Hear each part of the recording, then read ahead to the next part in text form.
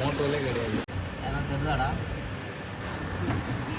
கொஞ்சம் ரிஸ்க்கு. இப்போ டக்குன்னு ஆஃப் ஆனாலும் ஆகும். இப்போ ஓவர்டேக் எடுக்கும் போதெல்லாம் பார்த்து எடுக்கணும், இல்லைன்னா பின்னாடி வண்டி மோதிடும். இன்ஜின் ஆயிலும் கூலண்ட் ஆயிலும் கலந்துருக்குல்ல, ஸோ அதனால இது ஓவர் ஹீட் ஆகுதோ அப்படிங்கிற மாதிரி தோணிகிட்டே இருக்கு.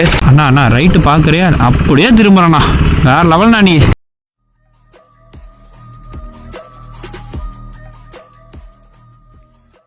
Hello guys, welcome back to my YouTube channel. This is Bharath. வண்டி எடுத்துகிட்டு வேளச்சேரியிலேருந்து இப்போ தான் வந்து பார்த்திங்கன்னா ஈஸியாக ரோட்டுக்கு வந்திருக்கேன்.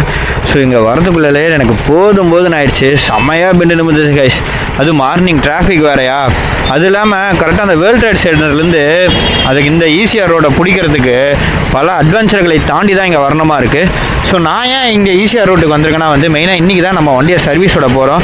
ஸோ போன வீடியோவில் சொல்லியிருப்பேன் வண்டியில் கொஞ்சம் ஃபால்ட்டெல்லாம் இருக்குது அப்படின்ட்டு. நான் இன்றைக்கி தான் நமக்கு மோட்டோ டைனமிக்ஸில் அப்பாயின்மெண்ட் கிடச்சிதுன்னு சொல்லி இப்போ நான் வண்டி எடுத்துகிட்டு போயிட்டுருக்கேன். ஆக்சுவலி வந்து பார்த்தீங்கன்னா மணி இப்போ தான் 8:40 கிட்ட ஆகுது. ஸோ அவங்க 9:30 ஆயிரும்னாங்க. ஸோ முன்னாடியே போயிடலான்ட்டுன்னு.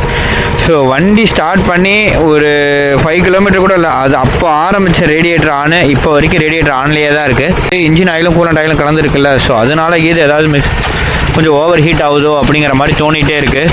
ஸோ இன்றைக்கி தாங்க போய் ப்ராப்பராக எல்லாத்தையும் விட்டு ரெடி பண்ணணும். ஏன்னா வண்டியை ரொம்ப நேரமாக வந்து பார்த்தீங்கன்னா அந்த குழந்தை பாரு எப்படி உட்காந்துட்டு போகுதுன்னு.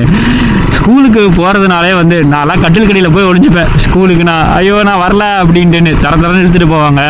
அந்த மாதிரி அவ்வளோ சுகமாக போகிறான். பட் அவங்களுக்கு தெரியாதுல்ல, ஸ்கூல் டேஸ் தான் செம்ம ஜாலியாக இருக்கும்னு. நேற்று எல்லாமே வந்து பார்த்திங்கன்னா நாளைக்கு வண்டியை நம்ம ரெடி பண்ண போகிறோம் அப்படிங்கிற மாதிரி அவ்வளோ ஒரு ஜாலியாக இருந்தேங்க.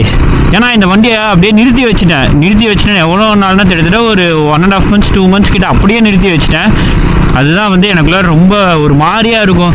கிராஸ் பண்ணும்போதெல்லாம் வந்து வண்டி இப்படி நிப்பாட்டி வச்சிருக்கேனே அப்படிங்கிற மாதிரி எனக்குள்ள தோணிக்கிட்டே இருக்குமா. ரீசெண்டாக சரி இதை ரெடி பண்ணலான்னு சொல்லிட்டு ஓவர் ஹீட் ஆகிறது என்ன ப்ராப்ளம் என்னன்னு பார்த்துட்டு சரி ரேடியேட்டர் ஃபேன் தான் போயிடுச்சு நாங்கன்னு சொல்லி ரேடியேட்டர் ஃபேனும் வந்து ரெடி பண்ணிச்சு. எதிர்ச்சியாக செக் பண்ணும்போது தான் கூலண்ட் ஆயில் ஃபுல்லாகவே காணுங்கும் போது தான் என்னடா இது, சரி ஓகே இதை வந்து அப்படியே ஓட்டவும் கூடாது, ஓட்டினா வந்து எதாவது ப்ராப்ளம் வரும்னு சொல்லுவாங்க.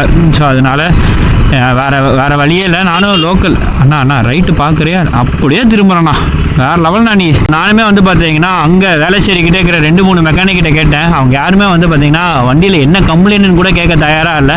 அவங்க வந்து இந்த வண்டியை நான் ரெடி பண்ணுறதுக்கு நான் 2 வண்டியை பார்த்துருவேங்கிறாங்க. அதனால் வந்து சரி ஒரேடியாக மோட்டோ டைனமிக்ஸில் 1 வீக் கிட்ட ஃபாலோ பண்ணேன். அண்ட் இன்றைக்கி வர சொல்லியிருந்தாங்க. ஸோ அதனால் காட் ஸ்பீடா ஓகே. ஸோ ஈஸியாக ரோட்டுக்கு இதாங்க ஃபஸ்ட் டைம் இந்த வண்டி எடுத்துகிட்டு வர்றது. அண்டு இங்கே தான் எங்கேயோ மோட்டோ டைனமிக்ஸ் இருக்குன்னாங்க. நான் வர மேப்பில் போட்டு தான் பார்த்து வந்துட்டுருக்கேன். ஸோ அதனால தான் பெருசாக வேளச்சேரியிலேருந்து வரும்போது விளாக் எடுக்கிறேன். ஆனால் செம்ம ரஷ்ஷு. அது இல்லாமல் வந்து பார்த்தீங்கன்னா பல அட்வென்ச்சர்கள் தாண்டி வர மாதிரி இருந்தது கைஸ். ஏதோ பாலத்துக்குள்ளெல்லாம் சின்ன பாலமாக இருக்குது. அதில் நாம் வந்து ஆப்போசிட்டில் எந்த காரும் வர முடியாது. எந்நேரம் மேலே ஏறும்போது வந்து பார்த்தீங்கன்னா ஒரு கார் வரான். நான் டிமண்டி பழுத்தி அதுக்கப்புறமேட்டு நான் முன்னாடி வந்ததுக்கப்புறமேட்டு தான் கார் வர வச்சுது. மோட்டோ டைனமிக்ஸ் பார்த்துட்டேன் கைஸ்.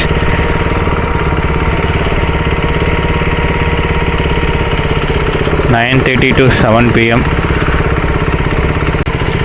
BMW டாமினர் எல்லாமே கொஞ்சம் ப்ரீமியமாக தான் இங்கே வந்து மெயினாக ஃபோக்கஸ் பண்ணி ரெடி பண்ணுறது.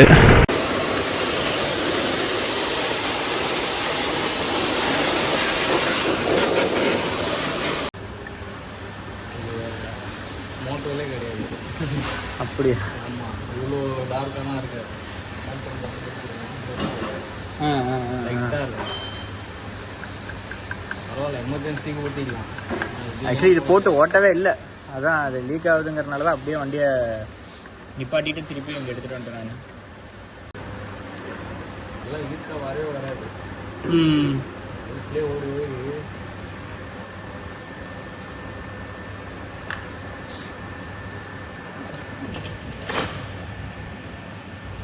எனக்கு தெரிஞ்சாடா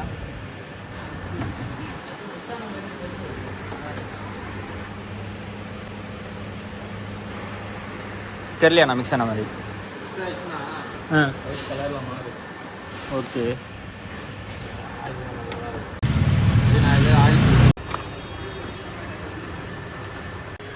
ஸோ கைஸ் வண்டியவே பிரித்து வந்து பார்த்திங்கன்னா ரெடி பண்ணிட்டுருக்குறாங்க. ஆக்சுவலி வந்து நமக்கு இருக்கிற கம்ப்ளைண்ட் வந்து பார்த்திங்கன்னா கூலண்ட் ஆயில் மாற்றணும், அண்ட் தென் இன்ஜின் ஆயில் மாற்றணும், மெயினாக வாட்டர் பம்ப்பு அந்த சீல் மாற்றணும், அதுக்கப்புறம் தெர்மோஸ்டாட் மாற்றணும், அதுக்கப்புறம் இன்ஜின் ஹெட்டில் வந்து பார்த்திங்கன்னா ஆயில் லீக் ஆகுது. ஸோ அதுவுமே மாற்றணும். ஸோ இதெல்லாம் தான் கம்ப்ளைண்ட்டுன்னு சொல்லி வண்டி எடுத்துகிட்டு வந்திருக்கேன். அப்புறம் இங்கே வந்து பார்த்திங்கன்னா இந்த கூலண்ட் ஓஸுமே மாற்றணும், அதுவுமே போயிடுச்சு. ஸோ இங்கே இருக்க பாருங்கள், இந்த கூலண்ட் ஓஸுமே வந்து மாற்றணும்னு சொல்லியிருக்காங்க, அதுவுமே போயிடுச்சு. அப்புறம் ரேடியேட்டர் வந்து பார்த்திங்கன்னா நான் க்ளீன் பண்ண சொல்லியிருக்கேன்.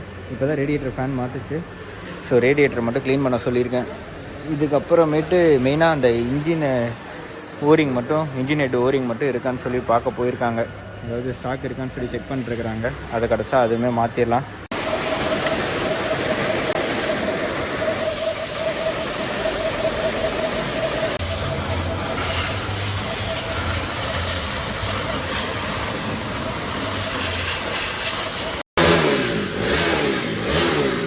வண்டி வந்து பார்த்தீங்கன்னா ரெடி பண்ணிட்டாங்க, பக்காவாக ரெடி பண்ணிட்டாங்கன்னு என் நேரத்தால் இப்போ சொல்ல முடியல.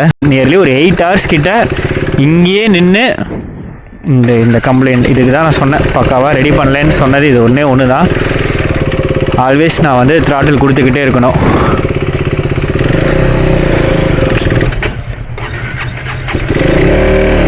இந்த ப்ராப்ளம் ஆல்வேஸ் வந்து பார்த்திங்கன்னா த்ராட்டில் கொடுத்துக்கிட்டே இருக்கணும் கைஸ், விட்டால் வந்து ஆஃப் ஆயிரும். எதனாலனா வந்து இக்னிஷன் காயில் வந்து பார்த்தீங்கன்னா கடைசி நிமிஷம் தான் போயிடுச்சுன்னு தெரிஞ்சுது. அதை மாற்றலான்னு பார்த்தா ஸ்டாக்கே கிடைக்கல. சரி போ அப்படின்ட்டுன்னு வேறு வழியே இல்லாமல் இப்படியே ஆல்வேஸ் த்ராட்டில் கொடுத்துக்கிட்டே போனோம் அப்படிங்கிற ஒரு நிலைமைக்கு இப்போ நான் கிளம்பிட்டேன். கொஞ்சம் ரிஸ்க்கு, பட் ஸ்டில் வந்து பார்த்தீங்கன்னா ஓகே. மித்தபடியெல்லாம் அப்படி இருக்குன்னு கிளம்புது. ஆனால் இக்னிஷன் காயில் போயிடுச்சு. இப்போ வந்து இப்போ டக்குன்னு ஆஃப் ஆனாலும் ஆகும். இப்போ ஓவர்டேக் எடுக்கும் போதெல்லாம் பார்த்து எடுக்கணும், இல்லைனா பின்னாடி வந்து பார்த்தீங்கன்னா ஆஃப் ஆச்சுன்னா பின்னாடி வண்டி மோதிடும். பட் நான் எப்படியாச்சும் மாற்றிடலான்னு சொல்லிட்டு ஓஎம்ஆர்லேயும் கேட்டு பார்த்தோம், அடையார்லேயும் கேட்டு பார்த்தோம். எங்கேயுமே வந்து பார்த்தீங்கன்னா இக்னிஷன் காயில் இல்லைன்ட்டாங்க. எனக்கு தெரிஞ்சு இந்த லெஃப்ட்டு நம்ம தான் எடுக்கணும்னு நினைக்கிறேன். பின்னாடி வண்டி வர்றதுனால இவ்வளோ தூரம் வரேன். இப்போ ஆஃப் ஆனாலும் ஆயிரும், நிறுத்தினா ஆஃப் ஆகிடுச்சு. பார்த்தீங்களா, நான் சொல்ல ஆஃப் ஆயிடுச்சு. இந்த கம்ப்ளைண்ட் மட்டும்தான் இன்னும் என்னால் ரெடி பண்ண முடியல.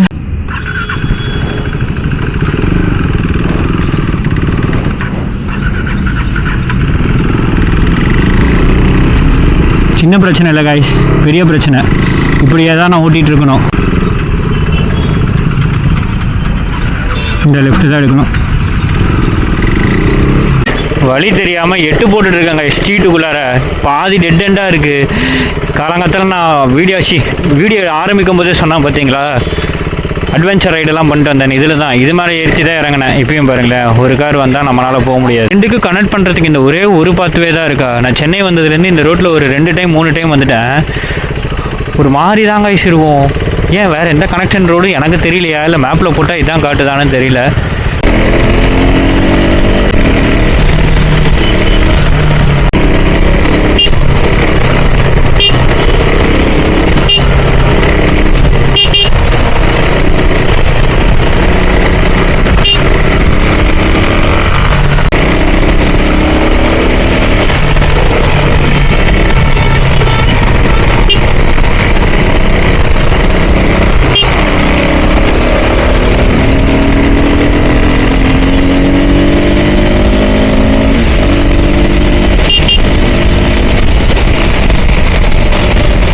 மாடு குறுக்கால வந்துருச்சு. ஸோ கைஸ், ஒரு வழியாக வந்து பார்த்தீங்கன்னா அவ்வளோதான், வேளச்சேரிக்கிட்ட நெருங்க போகிறோம். என்னென்ன கம்ப்ளைண்ட் ஆச்சுங்கிறத ஃபஸ்ட்டு சொல்லிடுறேன். ஆக்சுவலி என்ன கம்ப்ளைண்ட் ஆச்சுன்னா, வண்டிக்கு இன்ஜின் ஆயிலும் கூலண்ட் ஆயிலும் கலந்துருச்சுங்கிற ஒரு பயம் வந்தது கைஸ். ஏன்னா இப்போ தான் ரீசெண்டாக போய் ரேடியேட்டர் மாற்றிட்டு வந்தேன்.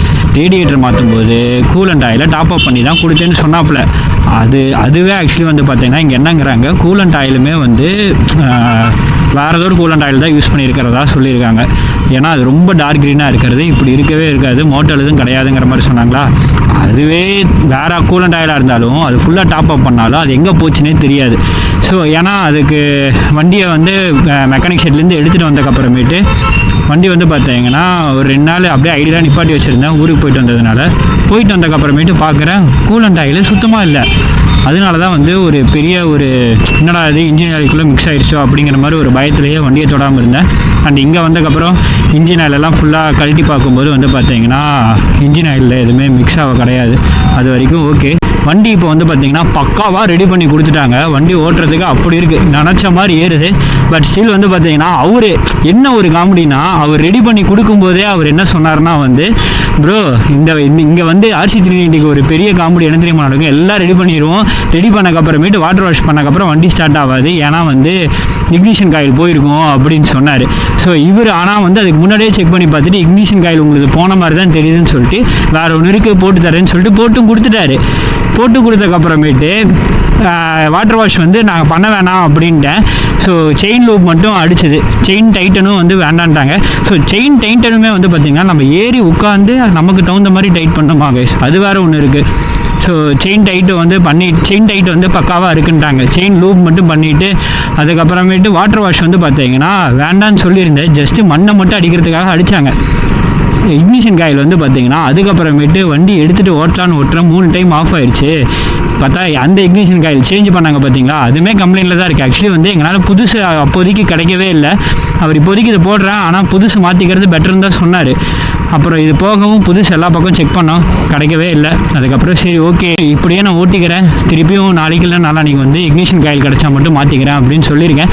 ஏன்னா இக்னிஷன் காயில் தான் மெயினாக வந்து பார்த்தீங்கன்னா அந்த பிக்கப் வந்து கரெக்டாக மெயின்டைன் பண்ணும், இல்லைனா லேக் ஆகிறதுக்கான வாய்ப்பு இருக்குது, வண்டி ஆஃப் ஆகிறதுக்கான வாய்ப்பு இருக்குது. இது ரெண்டுமே வந்து பார்த்திங்கன்னா இக்னிஷன் காயில் கம்ப்ளைண்ட் தான்.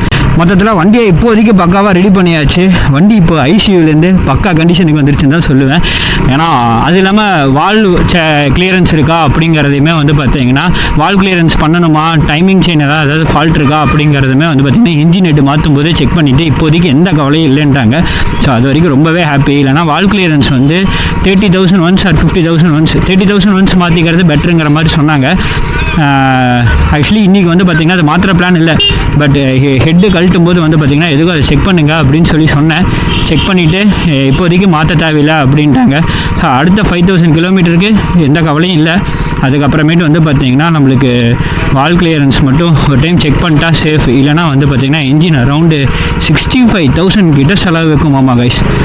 அதனாலேயே வந்து அந்த வால் கிளியரன்ஸ் செக் பண்ணுறதுக்கு 2,500 தான் சொன்னாங்க.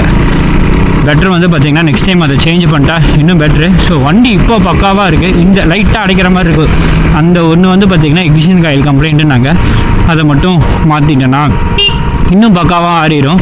ஸோ நம்ம நேரம் தானே, எப்போவுமே ஒரு பக்கம் விட்டு ஃபுல்லாக ரெடி பண்ணாலும் கடைசியில் வந்து பார்த்திங்கன்னா ஏதாவது ஒரு ஃபால்ட்டில் நிற்கும். அந்த மாதிரி தான் இப்போ லைட்டாக சின்ன ஒரு ஃபால்ட்டில் இருக்குது, பட் ஸ்டில் வண்டி இப்போ ஓட்டுற கண்டிஷனில் இருக்குது. அது வரைக்கும் ரொம்பவே ஹாப்பி. வண்டியை தொடாமையே இருந்து இப்போ தொட்டு ஓட்டும்போது இந்த ஃபீலே வேறு லெவலில் இருக்குது. அண்ட் இந்த வீடியோவை இதோட முடிச்சுக்கிறேன். நெக்ஸ்ட் வந்து பார்த்திங்கன்னா நல்ல கண்டில் சந்திப்போம். அது வரைக்கும் eat healthy ride safe take care. Bye by.